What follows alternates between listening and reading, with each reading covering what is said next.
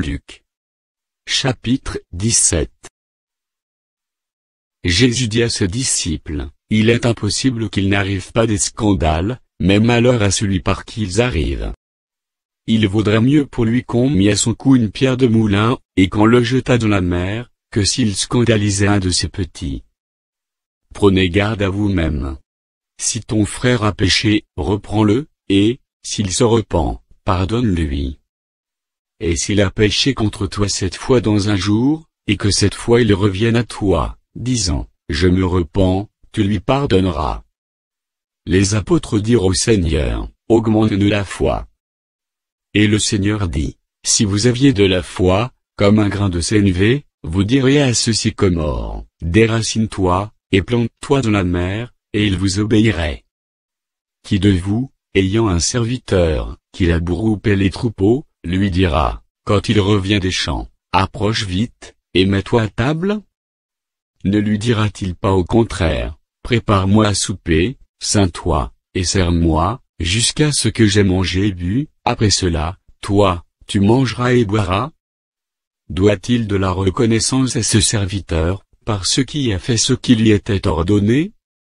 Vous de même, quand vous avez fait tout ce qui vous a été ordonné, dites, nous sommes des serviteurs inutiles, nous avons fait ce que nous devions faire. Jésus, se rendant à Jérusalem, passait entre la Samarie et la Galilée. Comme il entrait dans un village, 10 lépreux vinrent à sa rencontre. Se tenant à distance, ils élevèrent la voix, et dirent, Jésus, Maître, aie pitié de nous. Dès qu'il les eut vus, il leur dit, allez vous montrer au sacrificateur. Et, pendant qu'ils y allaient, il arriva qu'ils furent guéris. L'un d'eux, se voyant guéri, revint sur ses pas, glorifiant Dieu à haute voix. Il tomba sur sa face aux pieds de Jésus, et lui rendit grâce. C'était un Samaritain.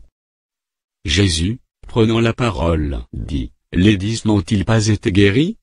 Et les 9 autres, où sont-ils? Ne s'est-il trouvé que cet étranger, pour revenir et donner gloire à Dieu? Puis il lui dit, lève-toi, va, ta foi t'a sauvé. Les pharisiens demandèrent à Jésus, quand viendrait le royaume de Dieu. Il leur répondit, le royaume de Dieu ne vient pas de manière à frapper les regards. On ne dira point, il est ici, ou, il est là. Car voici, le royaume de Dieu est au milieu de vous.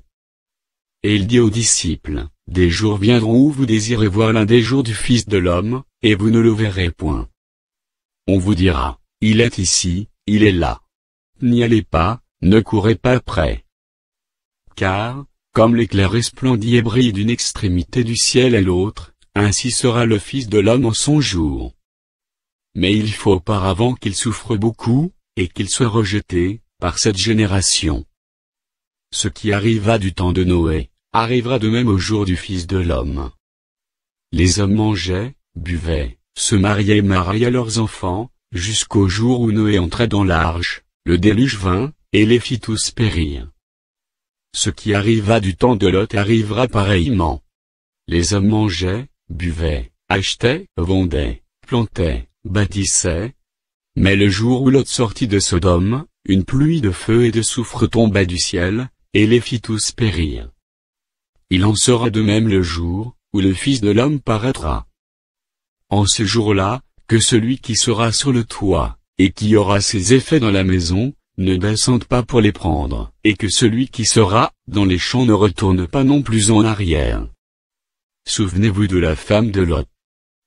Celui qui cherchera à sauver sa vie la perdra, et celui qui la perdra la retrouvera. Je vous le dis, en cette nuit-là, de 2 personnes qui seront dans un même lit, l'une sera prise et l'autre laissée. De 2 femmes qui mourront ensemble, l'une sera prise et l'autre laissée.